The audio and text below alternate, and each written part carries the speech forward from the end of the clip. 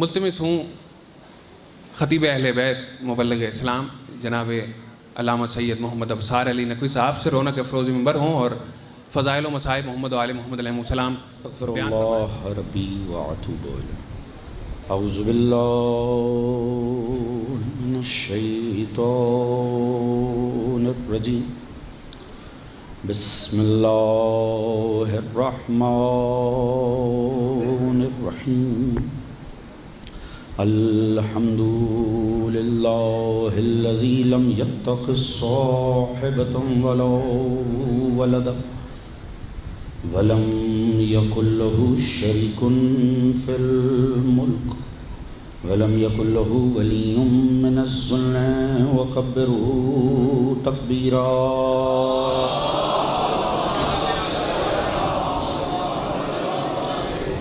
الصلاۃ والسلام علی رسولہ الکریم المکی المدنی الامی صاحب الوقار والسکینہ المدفون بأرض المدینہ بالقاسم المصطفیٰ محمد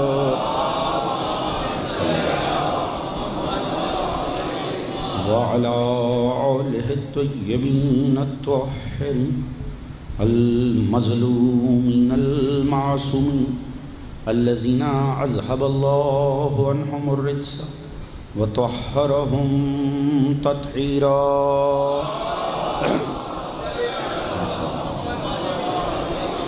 اما بعد فقد قال سبحانہ بسم اللہ الرحمن الرحیم.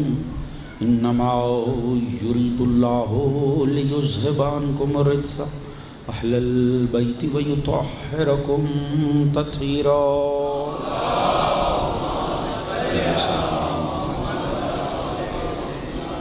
دعا رب کائنات بسط کے ذکر محمد و آل محمد اس فرش اعضاء کا بچھایا جانا منتظمین کی یہ کاوش آپ تمام مومنین و مومنات کا اس میں شریک ہونا پروردگار اپنی بارگاہ عالی میں قبول و منظور فرمائے. آل محمد کے ذکر کے صدقے میں پروردگار جو بھی نیک دلی شرعی حاجات ہیں دلوں میں انہیں قبول و منظور فرمائے. پروردگار عالم سبھی مومنین کے رزق عزت دولت علم فہم شعور صحت میں برکت عطا فرمائے. سبھی کے شرم عزت پرتے جان و مال کو محفوظ فرمائے. سوائے غم آل محمد کے کوئی غم عطا نہ فرمائے. ہم سب کا خاتمہ بالحق بالخیر دین آل محمد پہ قرار فرمائے اور آخرت میں سبھی مرحومین سمیت ہم سب کو شفاعت محمد و آل محمد سے بہرمند فرمائے. ایک بابا سے بلند درود پڑھنے محمد.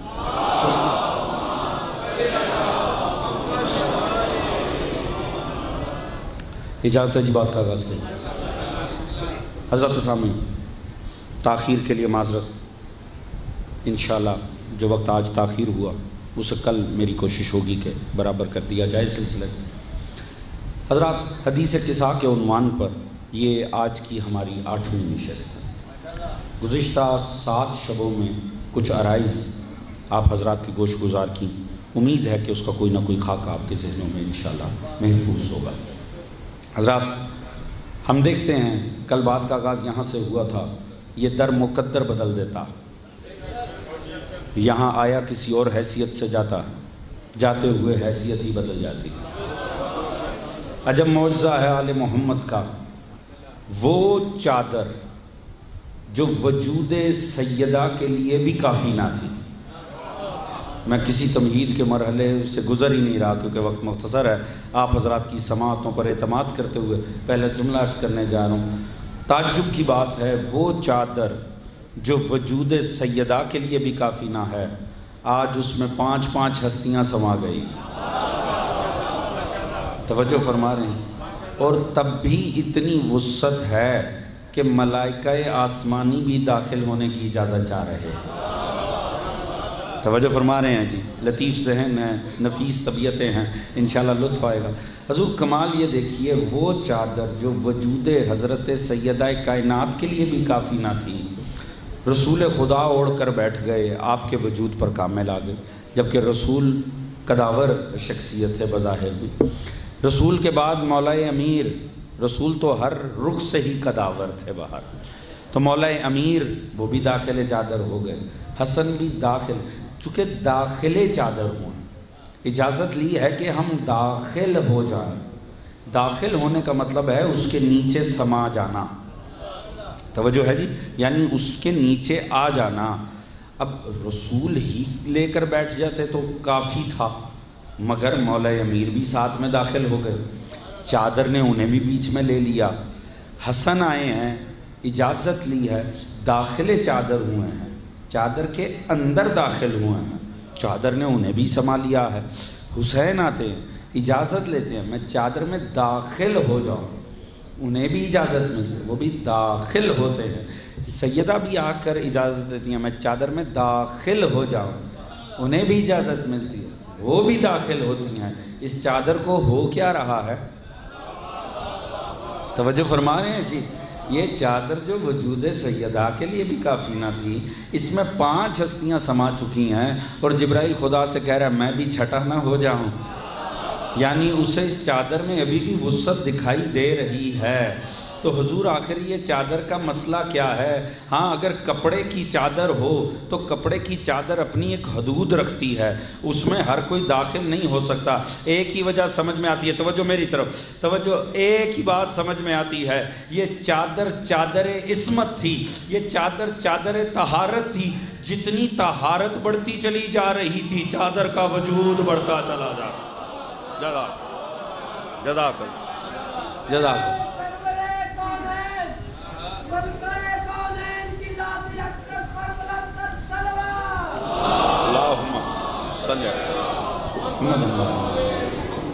ہیں دوست ساتھ، وقت مختصر ہے اس لیے کوئی تمہید نہیں، ہم اگلی بات پہ بڑھ جاتے ہیں۔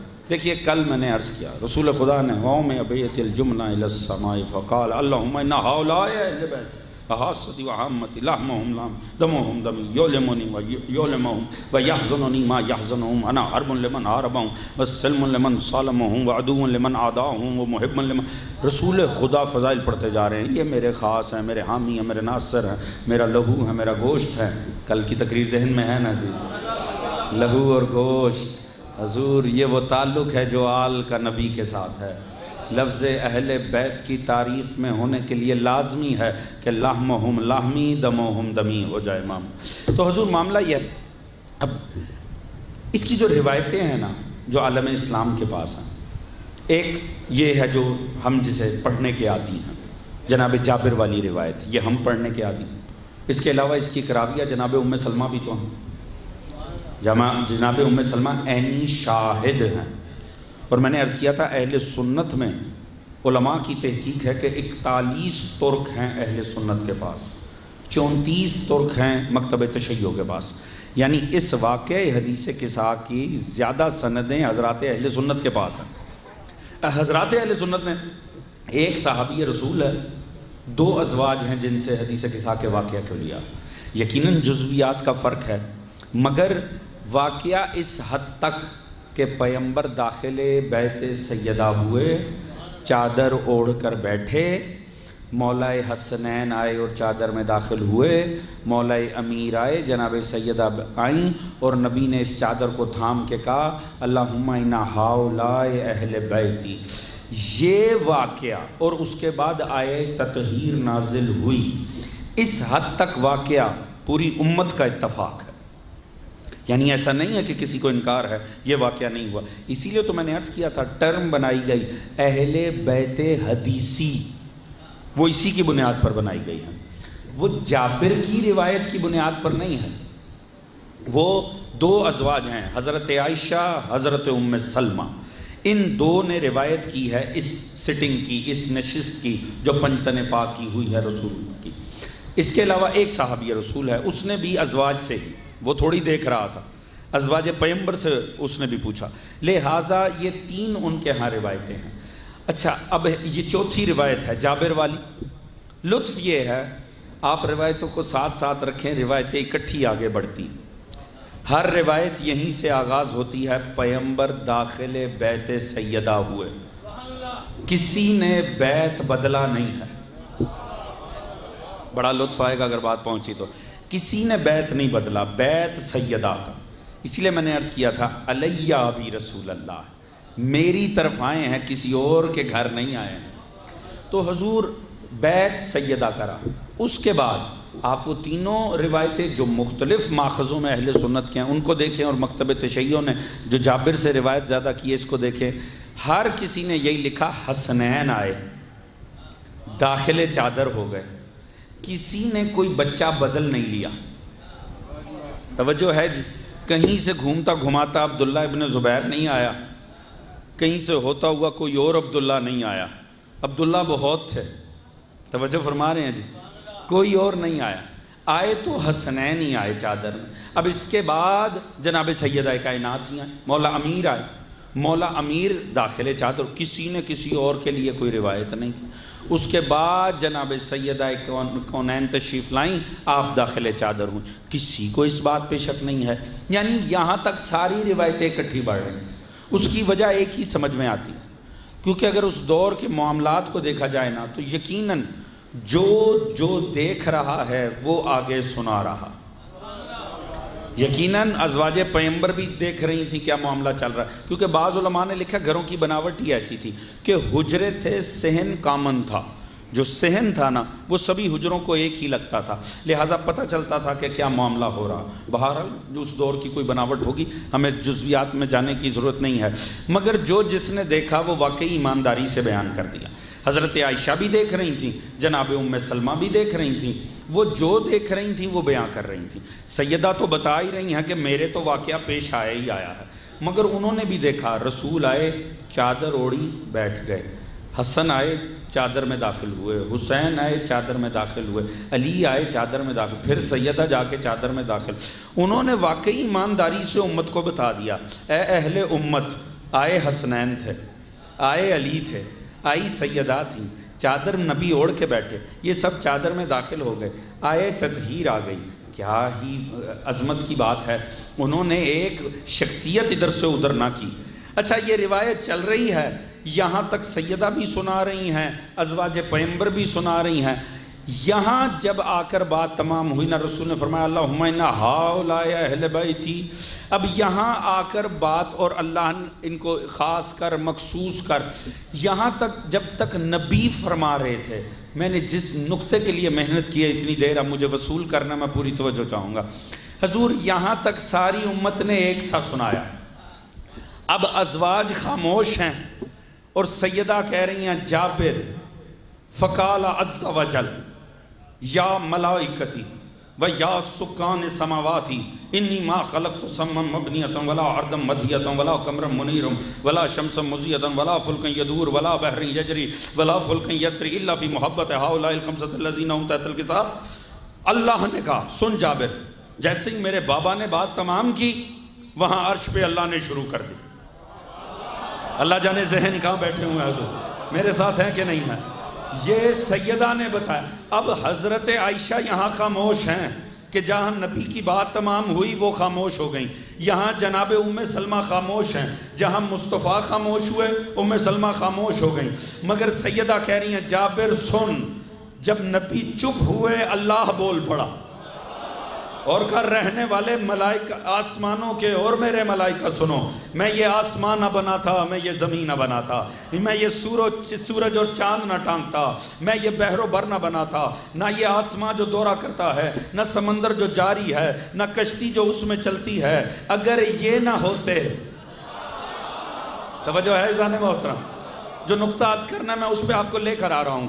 روایتیں تو اکٹھی بڑھ رہی تھیں، مگر جیسے ہی نبی چپ ہوئے امہات چپ کر گئیں، یہاں سے سیدہ آگے بڑھی اور فرمایا فقال عز وجل، ایک دم نبی کی بات تمام کی، اللہ کی چھیڑ دی، فقال عز وجل، فوراً اللہ بول پڑا انی ما خلقتو سما مبنیتا ولا ارضا مدھیتا۔ آج ہی دنیا کے عقیدے انتہائی پست ہو گئے ہیں، آج ہی لوگوں کے عقیدوں کو نظر لگ گئی ہے۔ اللہ جانے جابر کا عقیدہ کتنا بلند تھا، اس نے روک کر پوچھا نہیں بی بی جب یہ اللہ بول رہا تھا آپ نے کیسے سن لیا؟ اللہ اکبر، اللہ اکبر۔ یار پیچھے بیٹھے دو ساتھ ہیں کہ نہیں جی؟ حضور کمال یہ دیکھیے گا، جناب سیدہ نے زمین کا کلام لپیٹ دیا، بی بی عرش کی بات لے کر بیٹھ گئی. اچھا ازواج بھی سنا رہی تھیں، سیدہ بھی سنا رہی تھیں. سیدہ اور ازواج وہاں تک اکٹھی پہنچی جہاں تک کلام رسالت ہے. جیسی زمین کا کلام تمام ہوا نا، اب ازواج خاموش ہیں، سیدہ بول رہی ہیں. میرے ساتھ ہے کہ نہیں ہے جی؟ حضور اگر اجازت ہو تو جملہ عرض کروں. ہر کوئی اتنا سنا رہا تھا جہاں تک سن رہا تھا. ہر کوئی اتنا سنا رہا تھا جتنا دیکھ رہا تھا. جن کی حد زمین تک تھی وہ زمین پہ خاموش ہو گئی، جس کی حد آسمانوں پہ تھی وہ بولتی رہی. اللہ اللہ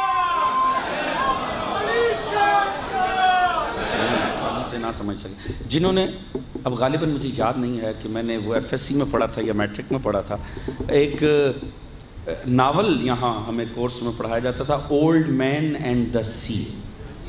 ہاں جی ایف ایس سی میں نا جی، ہاں یقیناً جوان بی اے میں جوانوں نے لازمی پڑھا ہوگا. اچھا اس کا سارا تھیم کیا تھا؟ جن جوانوں نے وہ تو پھر اب ساتھ دیں گے کہ جن کو پتا ہو. اس کا سارا تھیم ہی یہ تھا، وہ اب بھی پڑھایا جاتا ہے. ہاں پاکستان میں کبھی کورس نہیں بدلتا، یا بدلتے ہیں تو حالات ہی بدلتے ہیں. توجہ ہے جی؟ اور قیامت آ جائے گی یہ وہی پڑھاتے رہیں گے. اللہ ہی رحم کرے آنے والی نسلوں پر. حضور کمال یہ دیکھیں اس کا پورا تھیم کیا تھا. اس کا تھیم ہی یہ تھا کہ سمندر سے مراد اصلاً زندگی کا استعارہ ہے. ایسے ہی ہے نا؟ اور جو سمندر میں جتنی مشکلات آتی ہیں اس سے مراد زندگی میں آنے والی مشکلات ہیں، یعنی وہ سارا استعارہ ہے. خدا فرما رہا ہے نہ میں سمندر بنا تھا نہ اس میں چلنے والی کشتی بنا تھا، یعنی میں سلسلہ حیات کو ہی خلق نہ کرتا. بات پہنچ رہی ہے حضور؟ اچھا اگر ان کی محبت نہ ہوتی، یہ نہیں کہا اگر یہ نہ ہوتے، نہیں بڑی لطیف سا فرق کہا جو والدہ فکر ہوا میرا ساتھ تو دینا حضور. یہ نہیں کہا میں یہ سارا کچھ جو اللہ نے پورا اپنا سسٹم ہی گنوا دیا. اللہ نے آسمان و زمین بحر و بر اس کے اندر موجود سلسلہ حیات نو سارا کچھ بتا کر کہتا ہے میں یہ خلق نہ کرتا اگر ان کی محبت نہ ہوتی. یہ نہیں کہا یہ نہ ہوتے، فرمایا اگر ان کی محبت نہ ہوتی. اس کا مطلب ہے کل جہاں کی، میرے پاس وقت نہیں ہے میں کہ ہر چیز کے اوپر میں وقت لگاؤں اور آپ کو تمہیدیں باندھوں، میرا ساتھ دے دیجئے گا. ایک بات تو طے ہو گئی حضور، پوری کائنات جہاں کی علت ہے آل محمد کی حب. اللہ اکبر. توجہ فرما رہے ہیں جی، سلامت رہیے. اس پوری کائنات کی علت ہے آل محمد نہیں، ان کی حب. جنہوں نے علت و معلول کا قانون پڑھ رکھا ہونا وہ بڑے اچھے سے سمجھ جائیں گے. حضور جب تک علت قائم رہے نا معلول قائم رہتی ہے، یا معلول کا قائم ہونا اس بات کی دلیل ہوتا ہے کہ جو اس کی وجہ تھی، جو علت تھی وہ برقرار ہے. توجہ ہے جی؟ علت کسے کہتے ہیں؟ ریزن کو، وجہ، تک، سینس، منطق. جب تک کسی شے کی منطق برقرار رہے، اس کی سینس برقرار رہے، جب تک اس کی علت برقرار رہے وہ شے برقرار رہتی ہے. اگر علت مٹ جائے وہ مٹ جاتی ہے. یعنی کسی شے کا ہونا اس بات کی دلیل ہے پیچھے علت ہے. اللہ کہہ رہے آسمان و زمین نہ بنا تھا، یہ بحر و بر نہ بنا تھا، یہ میں کائنات نہ بنا تھا، میں یہ حیات نہ بنا تھا اگر ان کی محبت نہ ہوتی تو. کائنات کا وجود ہے کہ نہیں ہے؟ یہ بحر و بر ہے کہ نہیں ہے؟ سمندر میں کشتیاں چل رہی ہیں کہ نہیں؟ اس کا مطلب ہے پیچھے حب آل محمد ہے. توجہ فرما رہے ہیں جی؟ میں نے جملہ عرض کرنا ہے، آخری دوست تک توجہ چاہوں گا. خدا کی قسم مجھے ان جاہلوں کی جہالت پہ ہنسی آتی ہے جو 4 عزاخانے جلا کے سمجھتے ہیں آل محمد کا نام مٹ جائے گا. جاہلوں اگر مٹا سکتے ہو پوری کائنات پھونک دو، جب تک کائنات ہے آل محمد کی حب کی گواہی برقرار. اللہ اللہ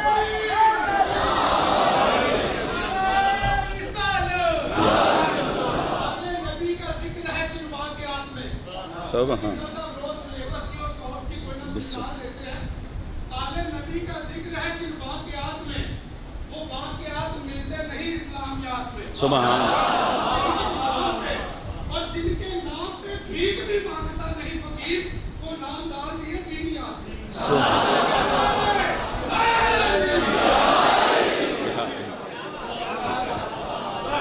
توجہ فرما رہے ہیں حضرات.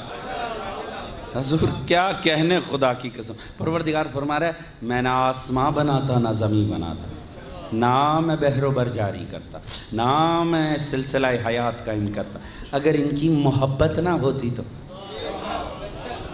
اس نے آسمان بنایا ان کی حب کی وجہ سے، اس نے زمین بنائی ان کی حب کی وجہ سے، یہ آسمان دورہ کر رہا ہے ان کی حب کی وجہ سے، سمندر ان کی حب کی وجہ سے، سلسلہ حیات ان کی حب کی وجہ سے. تعجب ہے اللہ جانے فضائل آل محمد پہ چہرے کیوں بگڑتے. توجہ ہے زن محترم، تعجب کی بات ہے. وہ علی کل شیء قدیر ان کے وسیلے سے عبد تک آئے، اس کے علی کل شیء قدیر پہ فرق نہیں پڑتا. ہم ان کے ذریعے وہاں تک چلے جائیں گے، ہماری عبدیت کو کیوں شک آ جائے گا.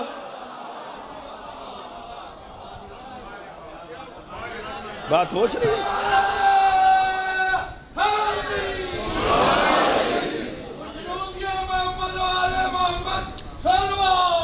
اللہم صلی علی محمد و آل محمد وعجل.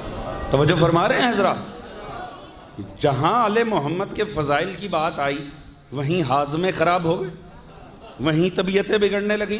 خدا کہہ رہا ہے یہ نہ ہو، ان کی محبت نہ ہو، میں کچھ خلق ہی نہ کروں. توجہ ہے جی. اس کا مطلب ہے یہ حیات و موت، یہ سلسلہ کائنات صدقہ ہے حب آل محمد. توجہ ہے جی. ایک لمحے کے لیے غلو نہیں ہو جاتا اگر ان حضرات کے ذریعے خدا تک پہنچا جائے. توجہ فرما رہے ہیں حضور. ایک ہم ہیں شیعان آل محمد، ٹھیک ہے جی، ہم ہیں شیعان آل محمد. ان پر بھی لعنت جنہیں ان کے فضائل پہ شک ہو، ان پہ بھی لعنت جو غلو کرے. میں کھل کے کہوں، غالیوں پہ بھی خدا کی لعنت ہو، ناصبیوں پہ بھی خدا کی لعنت ہو. چلیں میں رائج الفاظ بولنے چاہیے حضور.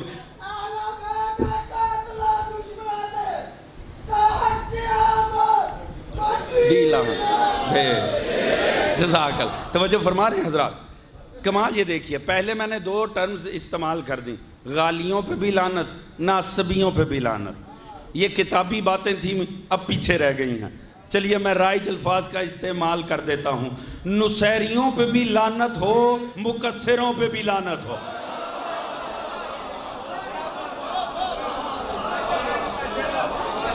توجہ ہے عزیز. میں اس یقین سے بات کر رہا ہوں، میرے سامنے شیعہ بیٹھے ہیں.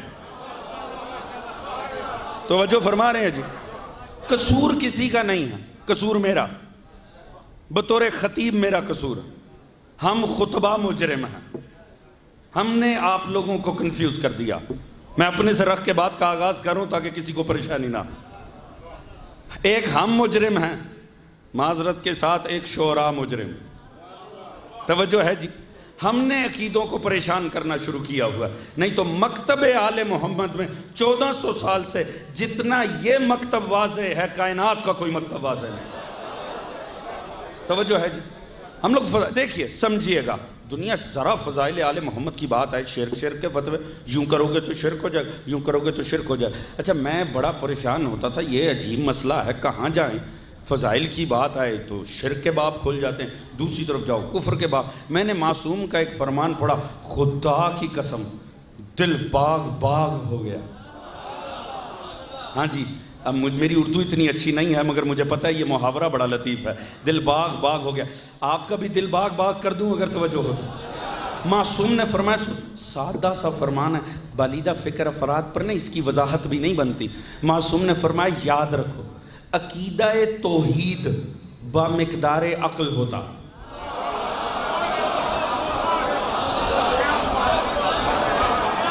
صاحبان فہم کے لیے معصوم کے جملہ کافی. توجہ جی. آپ کے میرے چھٹے امام کا فرمان ہے، عقیدہ توحید با مقدار عقل ہوتا. مطلب کیا ہوا؟ جہاں جس کی عقل تمام ہو جائے نا، وہ وہاں عقیدہ توحید بنا لیتا. ہاں اچھا، ویسے ایمانداری سے طالب علمانہ ایمانداری سے عرض کروں، فرقہ واریت پہ خدا کی لعنت ہو، کسی مکتبہ فکر کو پڑھ لیں، یہ یوں ہی ایک دوسرے کے اوپر فتوے جھاڑتے ہیں، اگر آپ کسی بھی مکتبہ فکر کو دیکھ لینا تو توحید کو وہ ہمیشہ بلندی رکھتے ہیں۔ کوئی ایسا مکتبہ فکر نہیں ہے کہ جس میں رسالت توحید سے بڑی ہوئی ہو یا امامت و خلافت توحید سے، آپ کوئی مکتبہ عالم اسلام کا اٹھا کر دیکھ لیں، توحید کو ہر کوئی اوپر رکھتا ہے۔ جہاں اس کی فکر کی حد آ جائے نا، اس سے زیادہ سادہ میں سمجھا نہیں سکتا کیونکہ مجھے آتا نہیں، جتنی کہیں کسی کی فکر تمام ہو جائے نا، وہ اپنی فکر کی معراج پہ عقیدہ توحید بنا لیتے۔ ایسے ہی ہے نا جی، یہ تو اہم ہی خام کا ایک دوسرے کو شرک فتوے دیتے ہیں، لہو گرم رکھنے کا ہے ایک بہانہ۔ توجہ ہے جی، اب ہاتھ میں ہتھیار تو نہیں، مفتیوں کے قلم ہی ہیں، تو لہو گرم رکھنے کا کوئی تو جواز یہاں بھی دکھانا۔ وہ یوں ہی خام خواہ ایک دوسرے کو مشرک، ہر چاہے شیعہ ہو، سنی ہو، اہل حدیث، مگر کوئی ہو، وہ جہاں اس کی عقل تمام ہو جائے وہاں عقیدہ توحید بنا لیتا۔ ایسے ہی ہے جی، یہ اس کی عقل کی انتہا ہوتی۔ آپ میں ایمانداری سے، میں نے جتنے عالم اسلام کے بڑے مکتبہ ہیں، چھوٹوں کا مجھے نہیں پتا، میں نہیں کم از کم گواہی نہیں دے سکتا، میں نے ہر بڑے مکتبہ فکر کے عقائد کو اچھے سے پڑھنے کی کوشش کی ہے۔ جہاں اس کی عقل تمام ہو وہاں توحید رکھتے ہیں، اس سے نیچے عقیدہ نبوت بناتے ہیں۔ توجہ ہے، اس سے نیچے وہ اپنا عقیدہ امامت و خلافت قائم کرتے ہیں۔ یہ ہر کوئی اسی انداز میں کرتا ہے۔ اگر میں مکتبہ تشیع کی بات کروں تو نبوت سے مراد صرف سرکار مصطفیٰ، ٹھیک ہے جی، باقی 1.25 لاکھ نبیوں سے میں اپنے مولا کو اعلیٰ سمجھتا ہوں۔ میں نکلسن روڈ پہ بارہا یہ جملہ کہہ چکا ہوں، 1.25 لاکھ نبی علی میں سما سکتے ہیں، علی سوائے مصطفیٰ کے کسی میں نہیں سما سکتا۔ توجہ ہے جی، ہاں مجھے اپنے عقیدے پہ بڑی وضاحت، شفقت فرمائیے گا جلدی، یا ہاں ذرا غور فرمائیے گا میری بات۔ حضور توحید جہاں اس کی عقل تمام ہو گئی، نبوت اس سے نیچے، امامت اس سے نیچے۔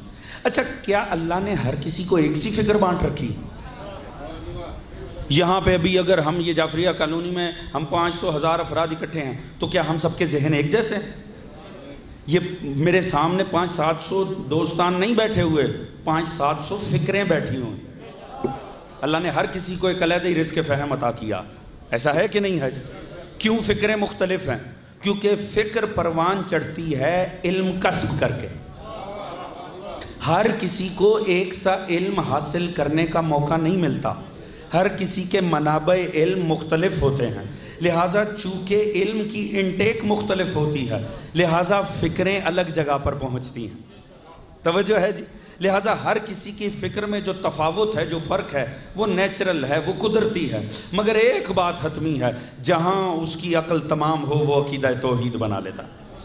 اب دیکھیں کتنی سادگی سے جعفریہ والوں کتنا بڑا مسئلہ حل ہونے جا رہا ہے۔ بات پہنچے جوانوں میرا ساتھ دے دیجئے گا، بزرگوں سے صرف دعا چاہیے۔ میں یہ شرک کے فتووں کو نہ لپیٹ کے کوڑا دان میں پھینکنے لگاؤں، صرف ایک لمحے میں جہاں عقل تمام ہو وہاں عقیدہ توحید، اس سے نیچے بنتا ہے عقیدہ نبوت، اس سے نیچے بنتا ہے عقیدہ امامت۔ ایسے ہی ہے نا، اب اگر کسی کی عقل نے پرواز کیا وہ تمام ہی یہاں پر ہوئی۔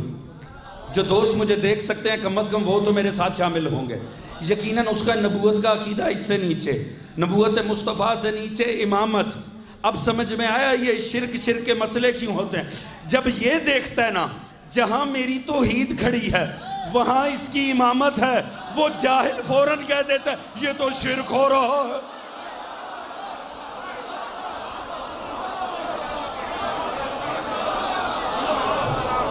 اللہ، اب میں اس سے زیادہ آسان کیا کروں؟ جی ہو سلامت ہو۔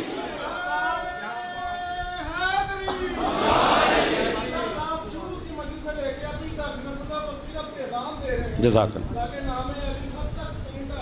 ایک چھوٹا سا پیغام میں نے بھی دینا ہے۔ اے علی والو، پرچم حضرت عباس علیہ السلام کو اٹھائے رکھنا، ماتم شعور سے زمانے کو جگائے رکھنا، غم شبیر عبادت ہے، کوئی رسم نہیں، اپنی نسلوں کو آزادار بنائے رکھنا۔ سبحان اللہ۔ مل کے آخری آدمی تک ترقی نعرہ، جب تک آپ کی آواز آنی چاہیے انشاءاللہ۔ نعرے مل کے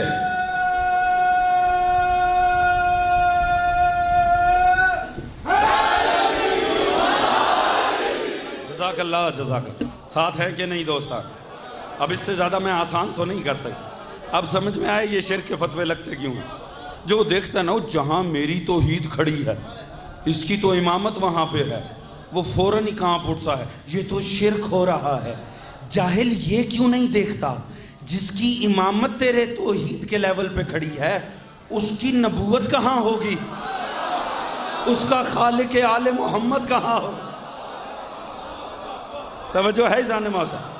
مگر بیچارہ کیسے دیکھے، عقل پرواز کرتی ہے علم سے، اور علم ہر در سے نہیں ملتا۔ باب مدینہ تو لیل، توجہ ہے جی؟ یہ باب مدینہ تو لیل سے دوری کا نتیجہ ہے۔ یہ سارے فتوے جو آل محمد کے مکتب پہ لگتے ہیں یہ جہالت صرف اور صرف باب مدینہ تو لیل سے دوری کی بنیاد۔ یہ کیوں نہیں دیکھتے ہم علی کو جو بھی مانے، مگر جب بات آتی ہے نا ہم کہتے ہیں مصطفیٰ علی کا بھی مولا۔ توجہ ہے جی؟ ہمارا علی اپنی معراج پر جا کے سر سجدے میں رکھ دیتا، ہم کیا توحید کا اقرار نہیں کرتے؟ توجہ فرما رہے ہیں جی؟ لہٰذا ہمارے عقیدہ امامت کو دیکھ کے طبیعتیں خراب نہیں ہونی چاہیے۔ چلیں پھر دوسری سائیڈ کا بھی تو علاج کرنا چاہیے، ہاں جی؟ اچھا ایک اور کمال ہے، اچھا اس میں ہم خطیبوں کی بدعت ہے، شعراء کی خام خواہ کی فکری جولانیاں کرتے کیا ہیں؟ ایسے نصیریت کو پیش کرتے ہیں، ایسے سجا کے پیش کرتے ہیں کہ ایک عمومی تاثر بن گیا ہمارے جوان کی نظر میں، ہمارے جوان کے ذہن میں ایک تاثر بن گیا کہ ایک حد ہے جسے شیعت کہتے ہیں، اگر اس سے آگے نکل جاؤ نا تو نصیریت ہے۔ ایسے ہی ہے، یہی تاثر ذہنوں میں جوانوں کے بنا ہوا نا، انہیں لگتا یہ ہے کہ شیعت کی کوئی حد ہے، اچھا شیعت سے آگے بڑھو نا تو نصیریت آ جاتی ہے۔ مجھے کوئی نصیریت سے کوئی اتنا لو بھائی نصیری جانے اس کا عقیدہ جانے، مجھے یہاں پرابلم ہو رہی ہے کیونکہ میں تو شیعہ ہوں، مجھے یہ بات ہضم ہی نہیں ہوتی کوئی مجھ سے بڑھ کے علی کو مان لے۔ جس کا عقیدہ ملے وہ ساتھ دے، توجہ فرما رہے ہیں جی؟ باقی نسخہ تو آج میں دے ہی جاؤں گا، توجہ فرما رہے ہیں جی؟ کل رہ گیا تھا میں نے کہا تھا پھر اب ایک دن ڈیلے آ رہا ہے تو پھر کوئی بڑا تحفہ اور تبرک ملنا چاہیے۔ حضور پرابلم یہ ہے جب یہ کہا جاتا ہے ایک حد ہے شیعت کی، اس سے آگے نکلیں گے تو نصیریت، مجھے یہاں پہ پرابلم ہو جاتی۔ بھئی اگر کوئی مجھے ایمان سے بتاؤ جعفریہ والا، اگر ہم شیعہ ہیں کہ نہیں؟ یہاں شیعہ حسن عشری بیٹھے ہو نا، ہم ہیں شیعہ، میری ماں بھی شیعہ تھی، میرا باپ بھی شیعہ ہے، اور نہ ہی میں حادثاتی شیعہ ہوں نہ ہجرت کی بنیاد پہ شیعہ ہوں، میں اپنے باپ سے لے کے معصوم تک شیعہ ہوں۔ مجھے پرابلم یہ ہے جب یہ کہا جاتا ہے شیعت سے آگے نکلو تو نصیریت آ جاتی ہے۔ مجھے ایمان سے بتاؤ دوستو، ہم بیٹھے ہیں شیعہ، اگر کوئی ہم سے بڑھ کر علی کو مانتا ہے تو ہم یہاں کیا کر رہے ہیں؟ مجھے ایمان سے بتاؤ، اگر کوئی ہم سے بڑھ کے علی کو مان رہا ہے تو پھر ہم پیچھے کیوں ہیں؟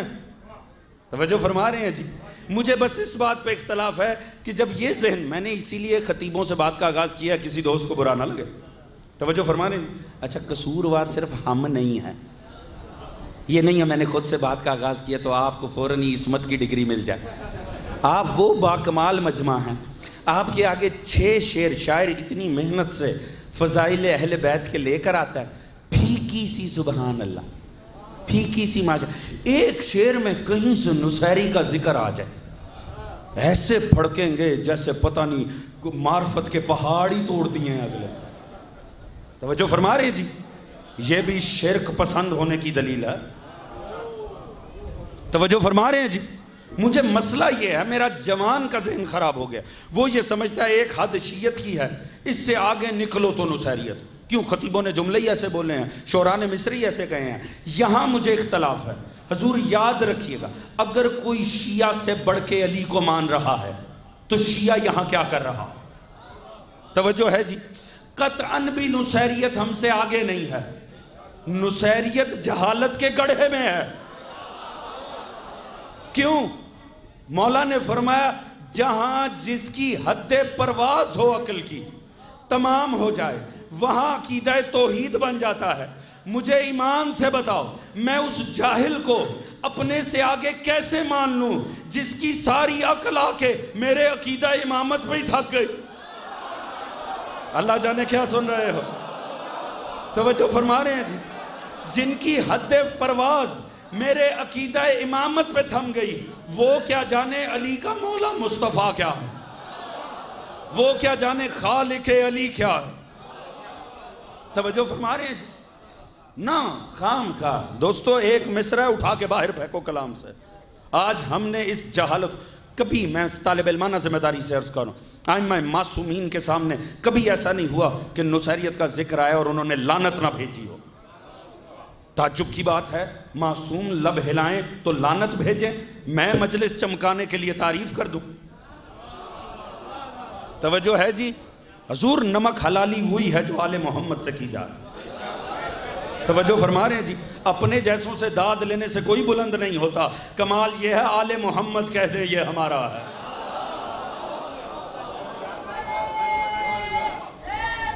یا توجہ فرما رہے ہیں؟ کیا کیا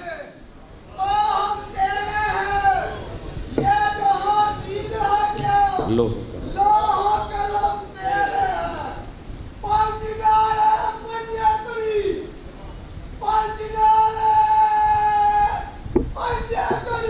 جزاک اللہ جزاک اللہ آگا جی، سلامت رہیے سلامت رہیے۔ ایک مریض ہے جی سید مجتبیٰ حسین، اور ابھی 5 ماہ کے گردوں کے مریض میں پیدائشی ہیں، دعا کیجئے پروردگار جناب علی اصغر کے صدقے میں شفا عطا فرمائے۔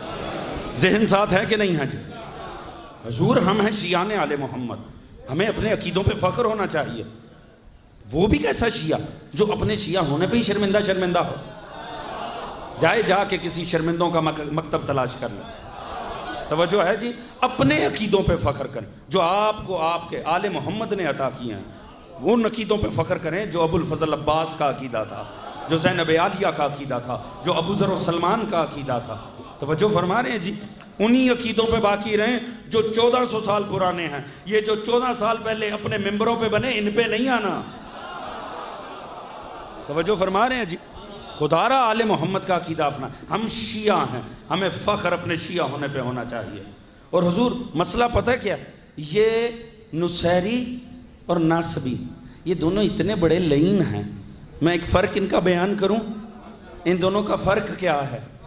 حضور فرق یہ ہے، ناصبی اس ملعون کو کہتے ہیں جو نبی کی نہیں مانتا، اور نصیری اس لعین کو کہتے ہیں جو علی کی نہیں مانتا۔ شیعہ بیٹھے ہیں کہ نہیں؟ شیعہ کہاں کہاں بیٹھے ہیں مجھے نظر آ رہا ہے، میں چہرے پڑھ کے اندازہ کر رہا ہوں یہاں شیعہ کتنے بیٹھے ہیں۔ توجہ فرما، ایک اور جملہ بدل کے عرض کر دوں، خود ہی فیصلہ کرنا ان میں بڑا ملعون کون ہے۔ ناصبی وہ ملعون ہے جو اپنے نبی کی نہیں مانتا، اور نصیری وہ ملعون ہے جو اپنے خدا کی بھی نہیں مانتا۔ توجہ فرما رہے ہیں حضرات؟ ہم ہیں شیعہ، نصیری پہ بھی لعنت ہو، ناصبی پہ بھی لعنت ہو، جس کا ہاضمہ آل محمد کے فضائل پہ بگڑے اس پہ بھی لعنت، اور جو آل محمد کی تعلیمات کو برباد کرے اس پہ بھی لعنت۔ توجہ ہے جی؟ فخر کرو شیعہ ہونے پہ۔ کیسے نصیری میرے برابر آ سکتا ہے؟ اس کی اوقات ہی نہیں ہے، وہ جہالت کے گڑھے میں ہے۔ اور کیوں میں اس سے متاثر ہو جاؤں؟ میں نے اس کا خدا لے کے کچھ نہیں کیا، اس نے میرا امام لے جا کے اپنا خدا بنا لیا۔ اللہ اللہ سلامت رہیے یا توجہ فرما رہے ہیں؟ اپنے شیعہ ہونے پہ فخر کرو۔ کہاں کس روش پہ جا رہے ہیں؟ نہیں حضور، ہمیں انہی عقائد پہ باقی رہنا جو آل محمد نے دیا۔ توجہ ہے جی؟ ہم نے قرآن اور رسول کے کہنے پہ آل محمد کے سامنے اپنے سروں کو جھکایا، کسی کے کہنے پہ نہیں جو کسی کی سن کے کہیں اور چلے جائیں گے۔ توجہ ہے جی؟ شیعہ ہونے پہ فخر کرنا۔ جیسے نصیری کا نام ہے، جیسے ناصبی کا نام آنے پہ لعنت منہ سے نکلتی ہے نا، عادت بنا لیں، تسبیح بنا لیں، جیسے نصیریت کا ذکر ہے لعنت بھیج دیں۔ آج اگر آپ نے اور میں نے کمپرومائز کر لیا، ہماری نسلیں کنفیوز ہو جائیں گی، اور آگے آج یہ خبیث صرف الفاظ میں زندہ ہیں، کل عزا خانوں میں پہنچ جائیں گے۔ توجہ فرما رہے ہیں حضرات؟ لہٰذا ایک لمحے کے لیے میں اس یقین سے پڑھ رہا ہوں کہ جن سے پڑھ رہا ہوں نا یہ شیعہ، انہیں اپنے عقیدوں پہ فخر ہے، یہ شرمندہ نہیں ہے۔ میرے پاس وقت ہوتا میں بات کو آگے کھینچ لیتا، مگر حضور میں ایک طالب علم ہونے کی حیثیت سے اتنا ہی کر سکتا تھا۔ اب آپ جانیں، آپ کی آنے والی نسل جانے، میں یہاں بیٹھ کے نہیں ڈر رہا، آپ نے اپنی محفلوں میں بیٹھ کے نہیں ڈرنا۔ میں یہاں بیٹھ کے اپنے خطیبانہ مستقبل کو نہیں مد نظر رکھ رہا، آپ نے بھی گھروں کے صوفوں پہ بیٹھ کے پریشان نہیں ہونا۔ جہاں حق بات بیان کرنے کی بات آ جائے نا، مستقبل نہ دیکھو، مولا کی رضا دیکھو۔ کوئی رزق روک نہیں سکتا، ساری دنیا دشمن ہو جائے، جو عزت خدا نے لکھی ہے وہ کوئی ملنے سے روک نہیں سکتا۔ میں شیعہ ہوں، مجھے شیعت پہ فخر ہے، اور میں شیعوں کا خطیب ہوں، میں شیعوں میں پڑھتا ہوں، مجھے شیعت کی بات کرنی ہے۔ توجہ ہے جی؟ لہٰذا اعتماد پکڑیں، کوئی پریشان اور گھبرانے کی ضرورت نہیں ہے۔ یہ جس جہالت جس رخ سے آئے، علی والے کو اس کا ڈٹ کے مقابلہ کرنا چاہیے۔ اور میں نے عرض کیا حضور ہم نہیں مانیں گے تو کون مانے گا؟ کہ ہم کچھ جناب عباس سے بڑے عاشق ہیں مولا کے کہ ہم نئے عقیدے ڈیزائن کر لیں؟ نہیں، یہ نہیں ہو سکتا ہے حضور، ہمیں رہنا ہے دین آل محمد پہ رہنا۔ جانتے ہیں نا آج کس کا مصائب ہے؟ ابو الفضل العباس، سادے لفظوں میں کہوں آل محمد کی آس، پیاسے بچوں کی آس، وہ جس کے سہارے علی و بطول کی بیٹیوں نے مدینہ ترک کر دیا، وہ جس کے سہارے زینب ہر موڑ پہ کہتی رہی پریشانہ ہونا عباس ہے، پریشانہ ہونا عباس ہے، پریشانی ہونا عباس ہمارے ساتھ ہے۔ وہ عباس کربلا میں تڑپتا رہا، مولا میرے ارد گرد سارے پیارے مارے جا رہے ہیں، مولا مجھے لڑنے کی اجازت دے دو۔ میرا غریب اور مظلوم امام یہی کہتا رہا، عباس میں تجھے کیسے جانے کی اجازت دے دوں؟ عباس یہ جتنی پردے دار علی و بطول کی بیٹیاں آئی بیٹھی ہیں نا، یہ تیرے سہارے پہ عباس میں تجھے کیسے جانے کی اجازت دے دوں؟ عباس تو میری فوج کا سالار ہے۔ سارا دن جناب عباس یہی سنتے رہے، تو میری فوج کا سالار ہے، تو میری فوج کا سالار ہے۔ حتیٰ جب گود کے پالے بھی میدان میں چلے گئے نا، اس وقت تو عباس کی بس ہی ہو گئی۔ جناب عباس تڑپ کے کہتے ہیں مولا وہ جنہیں گود میں کھلایا تھا وہ بھی میدان میں چلے۔ میں نے تو صبح بھی ایک سوال قائم کیا تھا نکل سے نوٹ پہ، مومنوں مجھے ایمان سے بتاؤ، آپ کا جو بھی فہم عباس ہے، آپ جتنا بھی جناب عباس کو جانتے ہیں، مجھے ایمان سے بتائیں، آج تک آپ نے قصیدوں میں، شاعری میں، نثر میں جتنا مولا عباس کو سنا ہے، ذرا اس شخصیت کو ذہن میں لا کر مجھے ایمان سے بتائیں، آپ کا دل کیا کہتا ہے؟ اکبر کے بعد عباس زندہ بھی ہوں گے کہ شہید؟ اجرکم اللہ، یہی حق ہے معرفت آل محمد کا۔ ایمان سے بتاؤ، قاسم ٹکڑے ہونے کے بعد عباس جیتے جی لاش میں بدل گئے، عباس آ کے مولا کے قدموں پہ ہاتھ رکھ دیا، مولا میری گود کے پالے میدان میں ٹکڑوں میں بدل گئے، مولا کب اجازت دو گے؟ میرے مولا نے وہی صبح کا جملہ دہرایا، عباس تجھے کیسے اجازت دے دوں؟ تو میرے قافلے کا سالار ہے۔ ایک مرتبہ غازی منہ پہ ماتم کر کے کہتا ہے مولا وہ قافلہ کہاں ہے جس اجرکم اللہ۔ اللہ تعالیٰ آپ کو سوائے غم آل محمد کے کوئی غم نہ، آل محمد کا صدقہ شاد اور آباد رہیں، اللہ ان بلند ہوتی ہوئی آہوں پر رحم کرے۔ جب دیکھا نا جناب عباس نے کوئی چارہ نہیں، کوئی وسیلہ نہیں، اجازت ملتی نہیں، میرا مولا آ کے خیمے کے باہر بیٹھ گیا، ماتم کر رہے ہیں، رو اندر سے دیکھا سکینہ کے رونے کی صدا ہے، ایسا لگا سکینہ بہت سے بچوں سے گفتگو کر رہی ہے، وہ بہت سے بچے سکینہ کے دامن کو کھینچ کے کہہ رہے ہیں ایک گھونٹ پانی دے دو، ایک گھونٹ پانی کا وسیلہ کر دو، اور سکینہ خشک مشکیزے کو پلٹ پلٹ کر دیکھ رہی ہے، کہہ رہی ہے بچوں اگر کاش ایک قطرہ مل جائے میں اصغر سے پہلے تمہیں پلا دوں گی، میرے پاس کچھ نہیں ہے۔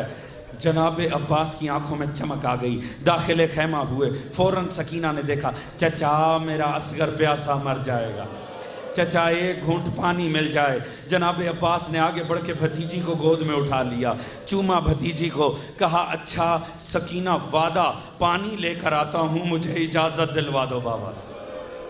ایک مرتبہ سکینہ کو گود میں اٹھا کے آئے مظلوم کربلا کے پاس، مولا یہ سکینہ کچھ کہنا چاہتی ہے۔ سکینہ نے تڑپ کے کہا بابا چچا کو جانے کی اجازت کیوں نہیں دیتے؟ بابا ایک گھونٹ پانی مل جائے میرا اصغر بچ جائے گا، کتنے پیاسے بچے منتظر ایک گھونٹ پانی آ جائے۔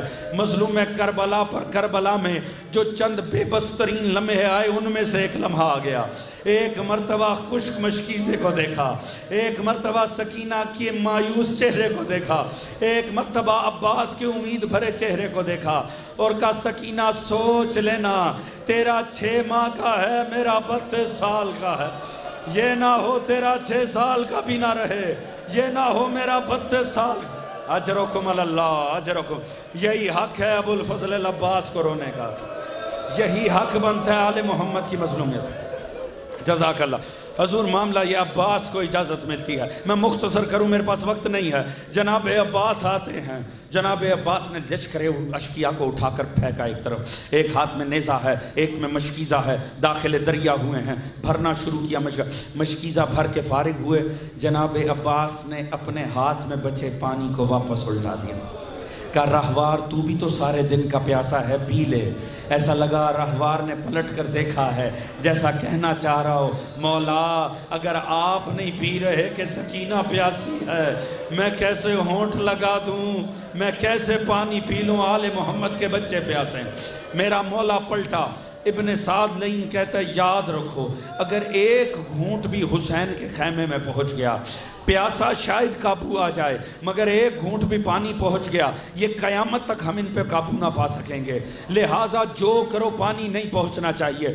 لین کھجور کے درخت کے پیچھے چھپ گئے، جیسے ہی جناب عباس گزرے ہیں ایک بدبخت نے آگے بڑھ کے وار کیا، دایاں بازو جدا ہو گیا۔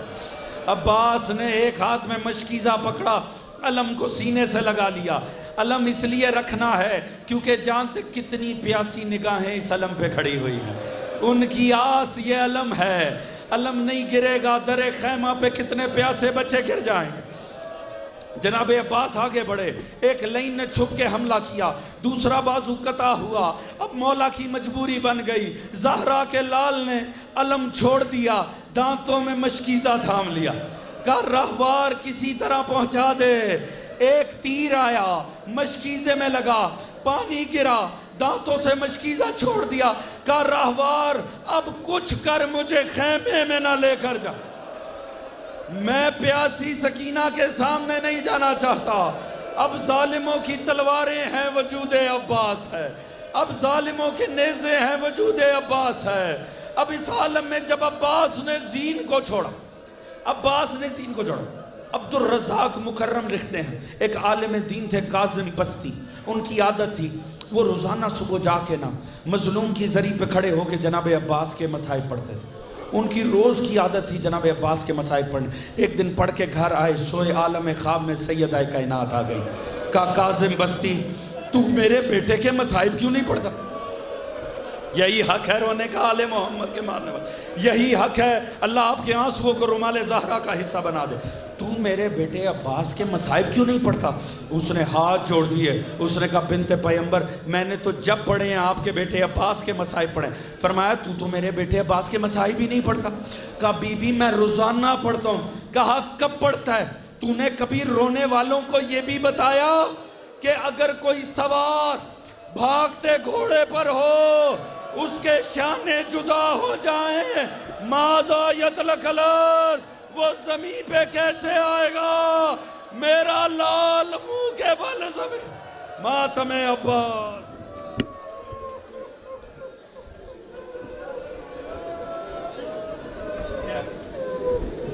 جلدی آؤ۔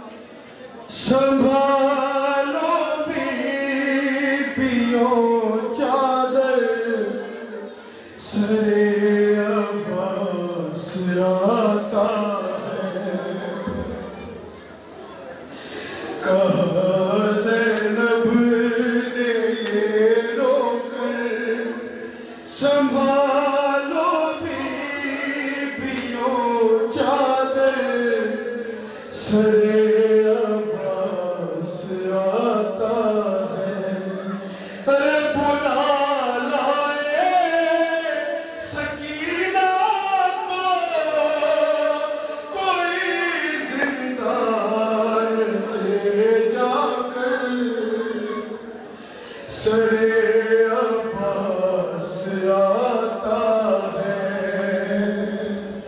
ملا پانی اسے پوچھا تو کیا بتلائے گی زینب ارے بھلا اس کی بھتیجی کو کہاں سے لائے گی زینب ارے نگاہیں اس کی ڈھونڈے گی سکینہ کو یہاں کر سر عباس آتا ہے اسی احساس سے اس نے نظر اپنی جھکائی ہے اسے معلوم ہے یہ